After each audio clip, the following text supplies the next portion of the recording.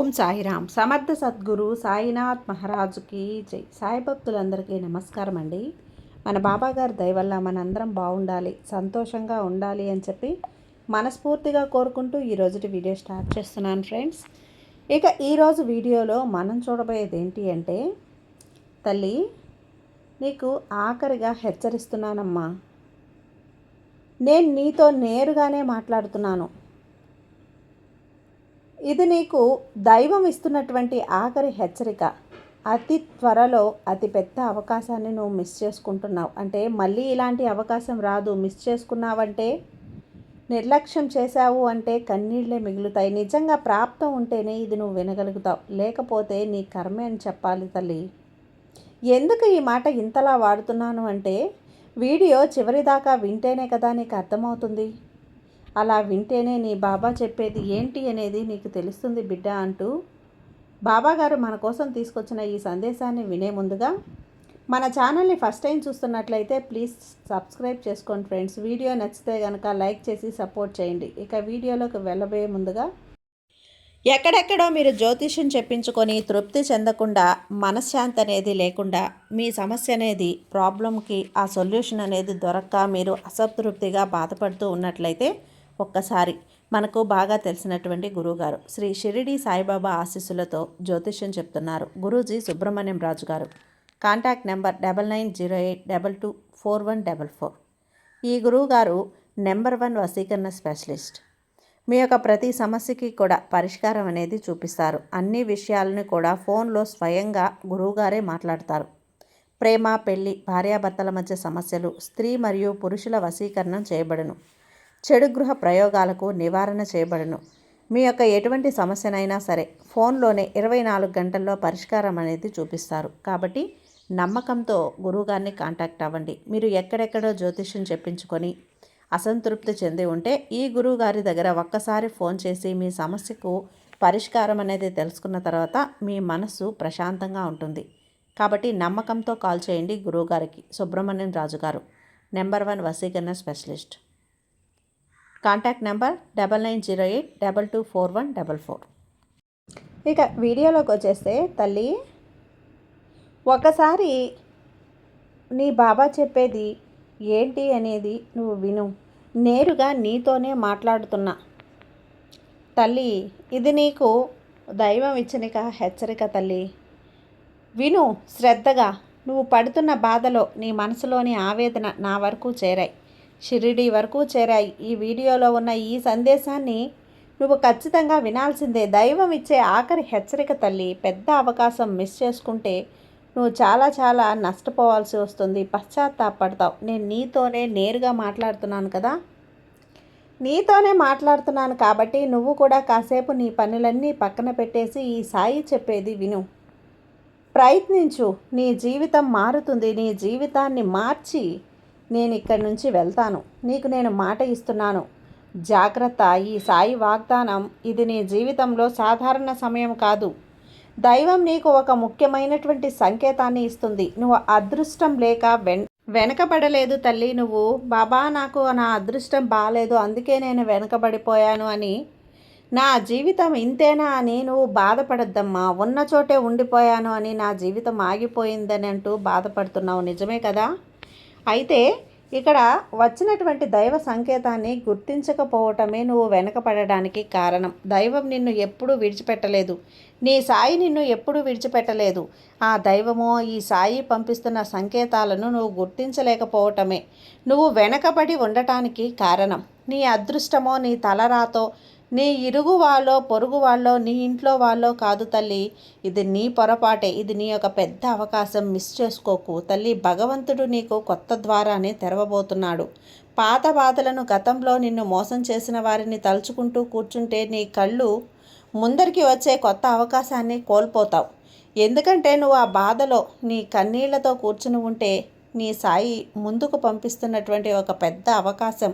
అది ఏదైనా కానీ నీ కళ్ళ నిండా కన్నీళ్ళు, కడుపులో బాధ ఉంటే ఎదురుగా వచ్చే అవకాశాన్ని నువ్వు గుర్తించలేవు. ఎందుకంటే కళ్ళు కన్నీటితో నిండిపోయి ఉంటాయి కాబట్టి, పొరలు కమ్మి ఉంటాయి కాబట్టి నువ్వు బయట ఈ అవకాశాన్ని గుర్తించలేవు. ఇప్పుడే నువ్వు ఈ కన్నీరు, ఈ కష్టాలను అన్నింటినీ కూడా జాగ్రత్త పడాలి. అతిగా ఆలోచించడం మానేసి, అలా మానేసిన క్షణంలోనే నీకు మంచి అవకాశాన్ని నీకు అందిస్తాను. ఆ అవకాశాన్ని నువ్వు గుర్తించు. ఇది దైవం పంపుతున్న చివరి హెచ్చరికగానే. ఎందుకంటే నీ జీవితంలో ఇలాంటివి ఎన్నో జరుగుతున్నాయి బిడ్డ, నీకు తెలియటం లేదు. సంకేతాలను గుర్తించు. నీ సాయి పంపే సంకేతాలను గుర్తించు. ఒక ఫోన్ కాల్ ద్వారా ఒక వ్యక్తి పరిచయం, కొత్త ఉద్యోగం అయినా, ఆగిపోయిన పని మళ్ళీ మొదలయ్యే రూపంలో సాయి నీకు దారి చూపిస్తుంటాడు. ఆ దారిని నువ్వు గుర్తించలేకపోతున్నావు తల్లి. అక్కడే ఆగిపోయావు. ఆ బాధలో నువ్వు అక్కడే నిలిచిపోయావు. ముందుకు కదలలేకపోతున్నావు. అందుకే చెప్తున్నాను, ఇది నిజంగా నీకు చివరి హెచ్చరికే అని. నీ గత బాధలు, నీ స్వభావం, నీ మంచితనమే నీకు ఇదంతా కూడా ఆగిపోయింది తల్లి. ఎవరికీ అన్యాయం చేయకుండా అందరినీ సమానంగా చూడాలని నువ్వు వెళ్ళినా, చూపించినా కూడా కొందరు నిన్ను నమ్మిన వారే నీ చెయ్యి వదిలేశారు. నువ్వు చేసిన కష్టానికి గుర్తింపు అనేది వేరొకరికి దక్కిందమ్మా. నేనెవరికీ అన్యాయం చేయలేదే కదా బాబా, నాకే ఎందుకు ఇలా జరుగుతుంది తండ్రి అని నువ్వు మౌనంగా కన్నీరు పెట్టుకుంటున్న రోజులు నాకు తెలుసు. నువ్వు ఇక్కడ ఒక విషయం జాగ్రత్తగా వినిబిడ్డా. అసలు అమాయకుడిగా మారిపోకు. చేతగాని దానిలా మారిపోకు. నీకు అన్నీ తెలుసు, అన్నీ చేయగలవు. మరి ఇంత అమాయకంగా మారిపోతే సమాజం నిన్ను ఒక ఆట ఆడేసుకుంటుంది. అందరినీ కూడా సంతోషపెట్టడానికి ప్రయత్నిస్తూ ఉంటావు. నేను చెప్పలేక ఈ సమయాన్ని, ధనాన్ని వృధా చేసుకుంటున్నావు. మంచిగా ఉండు తల్లి. అన్నీ అమాయకుడిగా మారకు, సహాయం చేయి. కానీ నీ కుటుంబం నష్టపోయేలా కాదు. నువ్వు ఒక అవసరం గుర్తించు. ఇక్కడ నువ్వు కొన్ని జాగ్రత్తలు తీసుకోవాల్సిన అవసరం ఉంది తల్లి. వాయిదా అసలు వేయకమ్మా. ఏ పరిస్థితుల్లోనైనా, ఎలాంటి పనుల్లోనైనా సరే ఇంకా కొంచెం తర్వాత చూద్దాం అని పనులను వాయిదా వేసే అలవాటు వల్ల గతంలో చాలామంది చాలా మంచి అవకాశాలు చేజారిపోయాయి. ఒక్కసారి వెనక్కి తిరిగి చూసుకో, అర్థమవుతుంది. అలా చెయ్యకు బిడ్డ. నీ మౌనమే నీ రక్షణ. నీ భవిష్యత్తు ప్రణాళికలను, చేయబోయే పనులను నువ్వు ముందు పూర్తి కాకముందే ఇతరులకు చెప్పకు. మౌనంగా నీ పని నువ్వు చేసుకుంటూ వెళ్ళు. ఫలితం వచ్చిన తర్వాత చెప్పాల్సిన అవసరం లేదమ్మా. వాళ్ళ కంట పడుతుందిలే. అపోహలు, పాత వ్యక్తులు నిన్ను సంప్రదించలేక ఒక ప్రతిపాదనలు వచ్చినా సరే వాటికి నువ్వు భావోద్వేగంతో నిర్ణయాలు తీసుకోవద్దు. ఎమోషనల్ అయిపోవద్దు. ఎమోషనల్ డ్రామాలో చిక్కుకోకు తల్లి. ప్రశాంతమైన మనసుతో ఆలోచించి అడుగువై.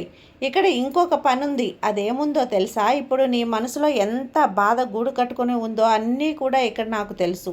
అవన్నీ దూరం అవ్వాలి. నీ జీవితంలో, నీ మనసులో ఒక ప్రశాంతత రావాలి అంటే వచ్చే గురువారం నాడు నీ బాబా ఆలయానికి వెళ్ళు. అక్కడ కాసేపు నీ బాబా మందిరంలో నిశ్శబ్దంగా కూర్చో.